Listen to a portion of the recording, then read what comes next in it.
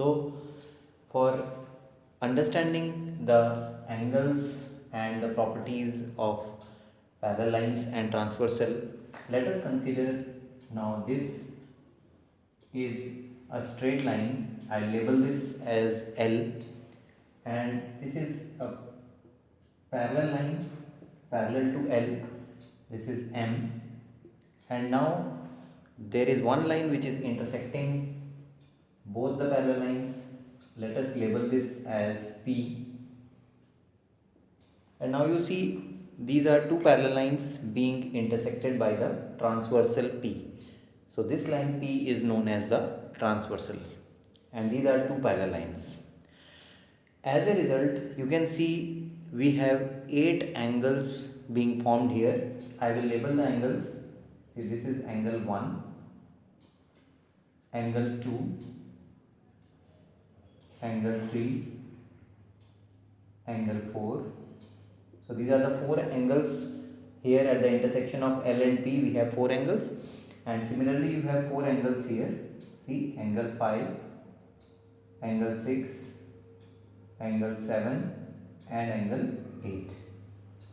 So in all you have 8 angles which are being formed by these two parallel lines and one transversal.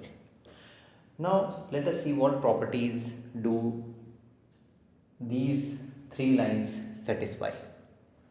Mind you, for all these properties, these lines L and M have to be parallel. These properties will not be satisfied by lines if these two lines are not parallel. So the first type of angles I am going to discuss are the linear pairs. Linear pairs, basically linear pair is a pair of angles formed on a straight line. Now see, look at this angle 1 and 2. L is a straight line and P is intersecting this. So we have 1 and 2 formed on this straight line L.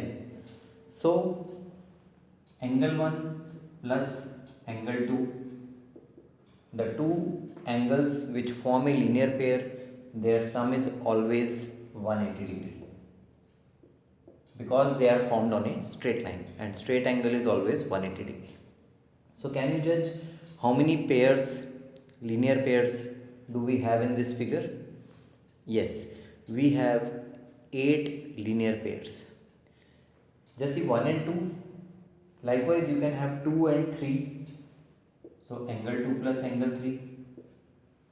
3 and 4. Angle 3 plus angle 4. And 1 and 4. Angle 1 plus angle 4. All these are linear pairs.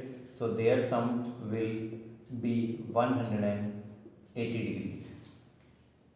Similarly, if you see here, like we wrote 4 pairs here, you can have 4 pairs here also. Say 5 and 6, 6 and 7, 7 and 8, and 8 and 5. So all these 8 pairs, they form linear pairs and their sum will always be equal to 180 degree. So this is the first property. We have 8 linear pairs formed by two parallel lines and a transversal. Then come to the second part, which is the vertically opposite angles. Basically vertically opposite angles are formed by intersection of two straight lines. Now see, L and P, they are intersecting at this point. So angle 1 and angle 3, they are vertically opposite, because if you see this as vertex, then one angle is on this side and other is exactly opposite to that angle. So these two angles, angle 1 and angle 3, they will always be equal. Similarly, if 1 and 3 are vertically opposite, then 2 and 4 are also vertically opposite. So angle 2 and angle 4, they also will be equal. Similarly, if you come to this point, then here you have angle 5 and angle 7. These are vertically opposite. So angle 5 will be equal to angle 7 and angle 6 will be equal to angle 8. So you have four pairs of vertically opposite angles. So next we have the third important property, which is the corresponding angles. Now the corresponding angles, basically you have to choose one angle from these four and one angle from these four. So if you choose one here, then corresponding to this one you have 5 here, because we have selected angle which is on top of this line and on the left side angle 1. So you have to select top of this line and on left side, that is angle 5. That is why we call them corresponding, because if we select 1 here, then automatically 5 gets selected, because this is the exactly the manner of selection is the same. So in case of corresponding angles also, corresponding angles are always equal. So we have angle 1 equal to angle 5. Similarly, when you select angle 4 here, now this is below this line, so you have to select angle 8 here. So angle 4 will be equal to angle 8. Similarly, now move to other side, angle 2. If you select angle 2 here, you have to select angle 6 here. So angle 2 will be equal to angle 6. And if you select angle 3 here, then you have to select angle 7. So angle 3 equal to angle 7. So this is the third important property. Now come to the fourth important property, that is the alternate interior angles.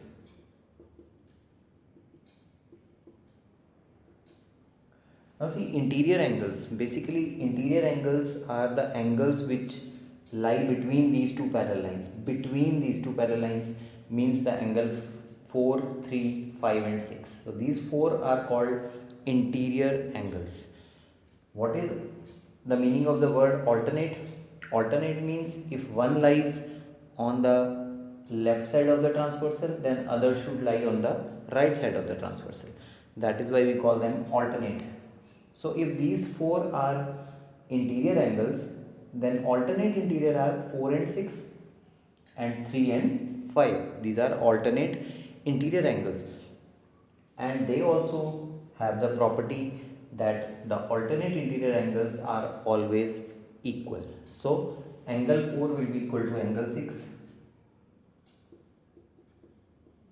and angle 3 will be equal to angle 5. Likewise, you can label alternate exterior angles also. See, we have alternate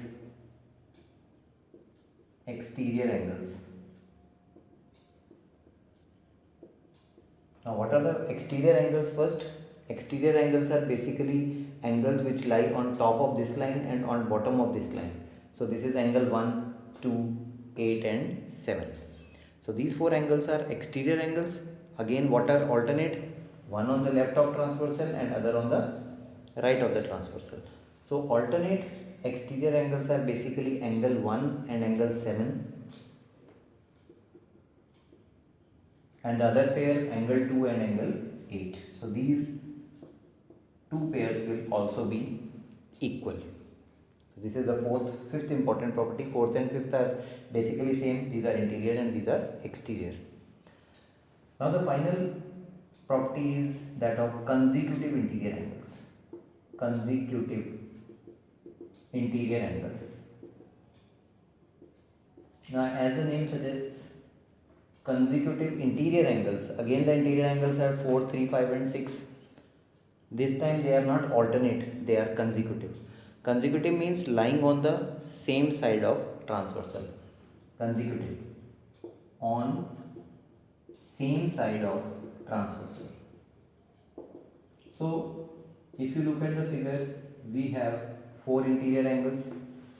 4 and 5 are on the same side and 3 and 6 are on the same side.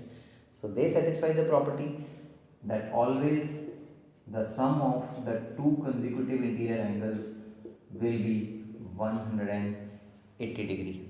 So angle 4 and angle 5 together, their sum will be 180 degree, and on the other side angle 3 and angle 6, their sum will always be 180 degree.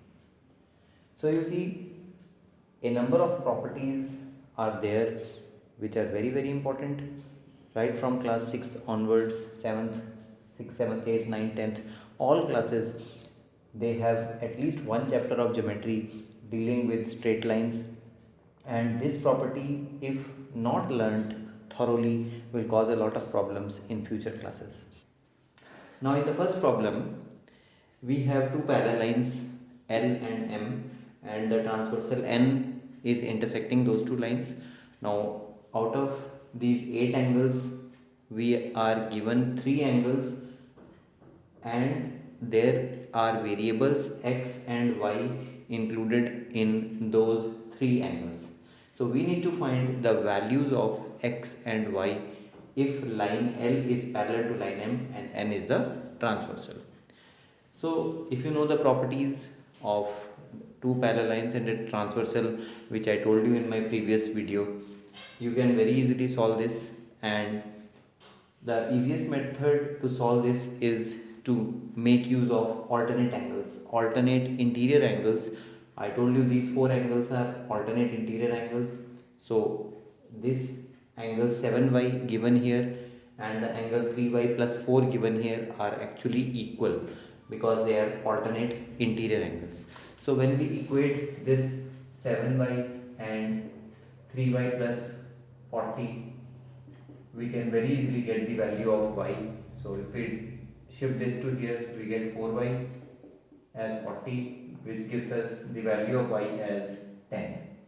So by using a simple property of alternate interior angles, we can equate these two angles and get a linear equation in one variable, which we can very easily solve for getting the value of y. Now once we get the value of y, we have to find the value of x using this angle now. Now this can be done in 2 or 3 ways, 2 or 3 methods. If you have little understanding of trick number 183, then you can very easily solve this. Either you can make use of the corresponding angles 2x minus 10 and 7y, or you can make use of the vertically opposite angles 2x minus 10 and 3y plus 40. These are vertically opposite angles. So we can solve it either way. Now I am making use of the corresponding angles. So 2x minus 10 will be equal to 7y because they are corresponding. So when we equate 2x minus 10 equal to 7y, then we already know the value of y here as 10 degree. We can just substitute it here and get the value of x. So 2x minus 10 becomes, if you put y equal to 10, it becomes 70. So 2x becomes 80 and x becomes 40. So you see, little bit of understanding of transversal and its angles, that is the alternate interior angles and the corresponding angles, will enable you to solve this even orally and mentally in competitive exams.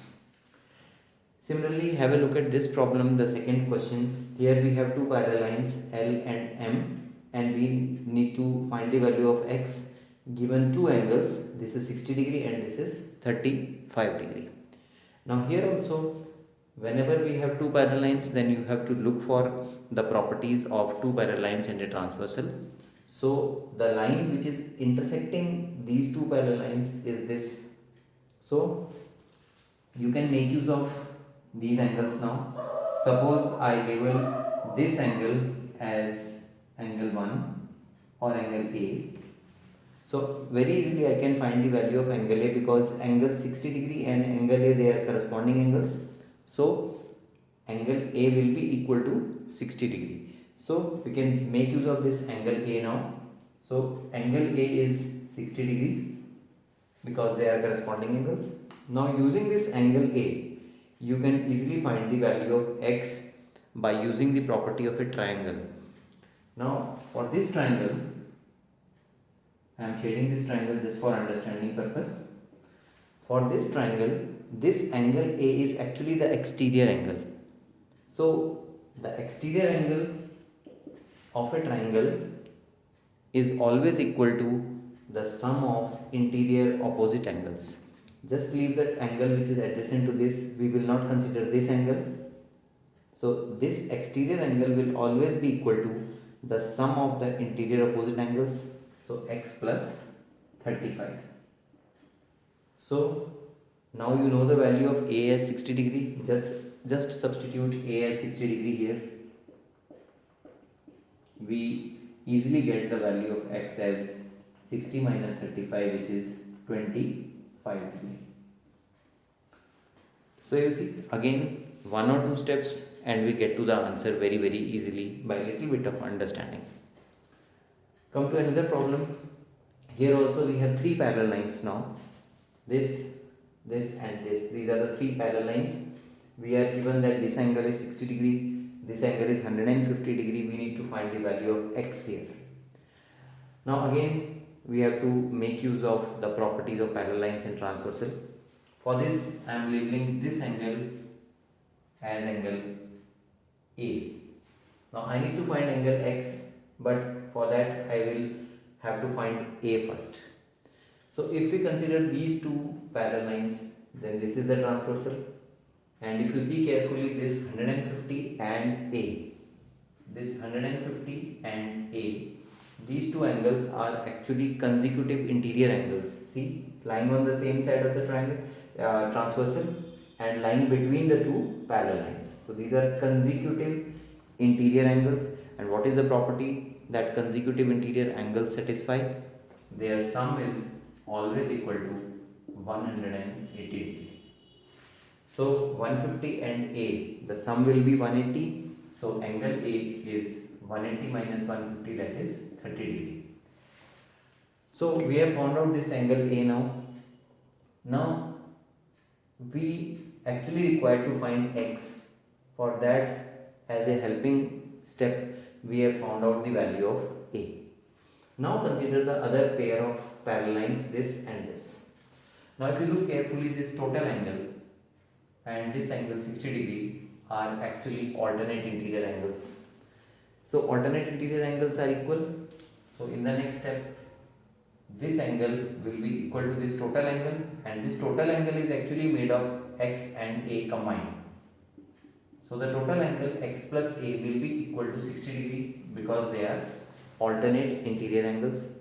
Now just substitute the value of A and you get the value of x.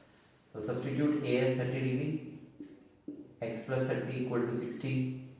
So x is 60 minus 30, that is 30 degree. So here we have got the value of x as 30 degree.